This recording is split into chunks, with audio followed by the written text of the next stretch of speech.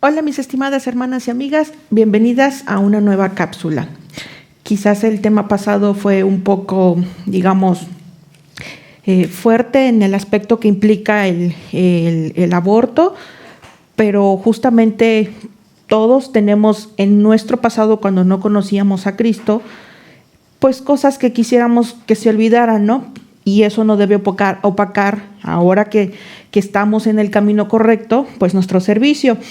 Pero justamente también en la Biblia luego encontramos alguna acción en específica que muchas veces nos llama la atención bueno, ¿por qué están ahí? O qué significa la acción que está allí, y que pareciera un poco, más bien que pareciera grave en el sentido de lo que implicó esa acción en su respectivo momento, ¿no?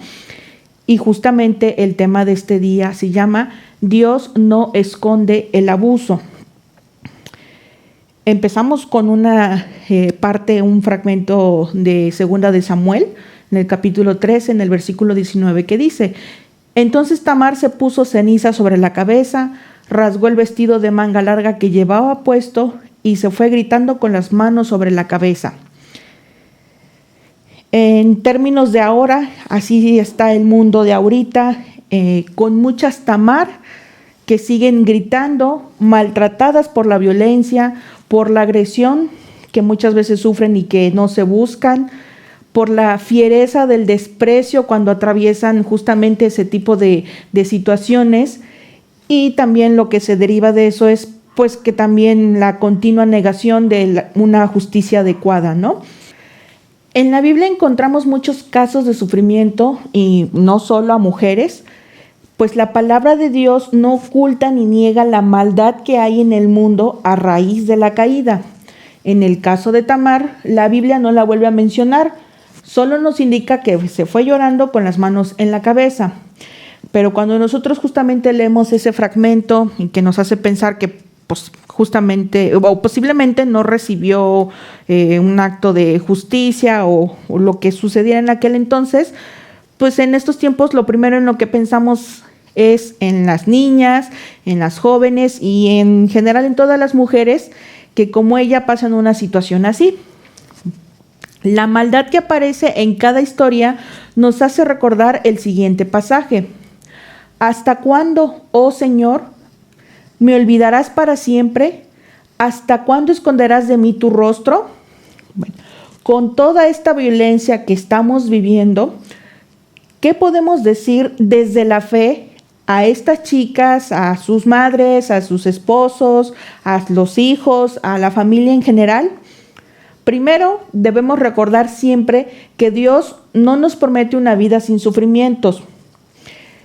Lamentablemente, las injusticias en este momento en el que estamos viviendo aquí van a seguir sucediendo. Esa es parte de ese sufrimiento y pues bueno, no hay de otra más que seguir adelante siempre con esa fe que nos da Dios. Vivir para la gloria de Dios es mandato para todos los creyentes y solo podemos cumplir con ese propósito si no callamos ni escondemos el pecado como si nada pasara. Por eso la palabra de Dios no esconde estas historias, pero están ahí porque nos indica que no podemos responder al pecado con más ofensas a Dios. Es decir, conocemos la historia, pero también conocemos de qué manera debemos responder. Entonces, ¿qué hacer? La respuesta es Cristo, el Hijo de Dios y Dios mismo. Él ama a las mujeres y las considera no solo creación suya, sino que las llama a identidad, libertad, santidad, consuelo y aliento en Cristo Jesús, porque Él es varón experimentado en quebrantos y vivió y sufrió la mayor injusticia del mundo. Jesús dio dignidad, gracia, salvación y consuelo a toda mujer con las que interactuó. Puedes leerlo en los evangelios. Pues Él nunca nos ignora. En la Biblia también encontramos: bienaventurados los que lloran, porque ellos recibirán consolación. Jesús nos ama y antes de su partida nos prometió que nos enviaría al Consolador. El Espíritu nos acompaña en este mundo lleno de pecado, que ese pecado se traduce en cosas tan horribles, llenas de maldad, y donde pareciera que Dios ha olvidado actuar.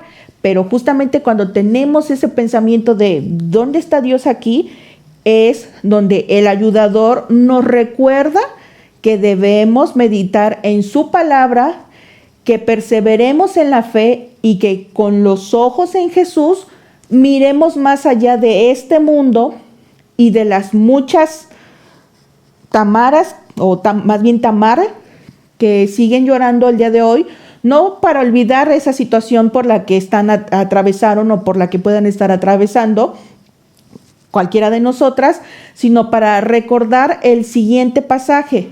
De modo que si alguno está en Cristo, nueva criatura es. Las cosas viejas pasaron, ahora han sido hechas nuevas. El mensaje relacionado a este pasaje para todas esas mujeres violentadas es que Dios rescata, restaura y defiende a su pueblo. Él lava a cada una de sus hijas con su sangre, perdón y liberación. Quita las vestiduras de víctima y les pone ropa limpia y blanquísima. Da certeza y fe en su justicia. Cristo transforma nuestra identidad de víctimas a vencedoras. Recuerda que somos más que vencedoras por medio de aquel que nos llamó. Él sana toda herida, por sus llagas somos sanadas. Creer en Dios no es una debilidad ni muestra de fragilidad o de una inteligencia limitada, sino que la fe en la roca firme en días de dolor, muerte y violencia sostiene nuestra alma y la de todos los quebrantados y adoloridos. ¿Qué podemos hacer mientras Cristo regresa? Ya no como cordero, sino como león a defender a su pueblo. Primero, hablar de su obra. Tenemos que decir que hay esperanza y vida nueva en Él. No importa quién haya sido, cómo y dónde te lastimaron o el daño que te causaron. Recuerda, y todos los días en el templo y de casa en casa no cesaban de enseñar y proclamar el Evangelio de Jesús como el Cristo. Segundo, no ser cómplice de violencia. No podemos pasar por alto el pecado que prospera en la oscuridad. Dios ha provisto medios de gracia para nuestra protección. Aquí en el mundo, pues colocó a las autoridades civiles, porque justamente también está en su palabra, pues es ministro de Dios, un vengador que castiga al que practica lo malo. También encontramos, examinen qué es lo que agrada al Señor y no participen en las obras estériles de las tinieblas, sino más bien desenmascárenlas. Si Dios no esconde el abuso, nosotras tampoco debemos hacerlo. El tercer punto, acompañar. Tenemos que estar con la que sufre, ser aliento y testimonio. En todo tiempo ama el amigo y el hermano nace para tiempo de angustia. Así está en Proverbios. También, como cuarto punto, orar sin cesar. ¿A quién? Al Dios de misericordia, justamente por esas víctimas, pero también por los victimarios. El Señor es quien da el pago de todo. Recuerda también, pero yo les digo, amen a sus enemigos y oren por los que los persiguen. Nadie sabe qué tragedia nos vendrá más adelante, solo Dios. Pero en toda su palabra nos recuerda que Él es fiel, que su mano no se acorta nunca y que sus misericordias son nuevas y abundantes cada mañana. Finalmente, y el Dios de la esperanza los llene de todo gozo y paz en el creer, para que abunden en esperanza por el poder del Espíritu Santo. Nos vemos en la siguiente cápsula.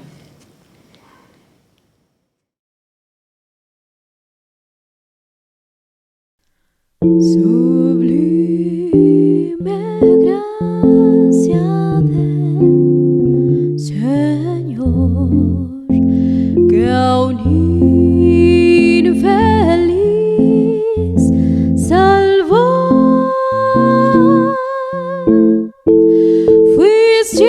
cielo.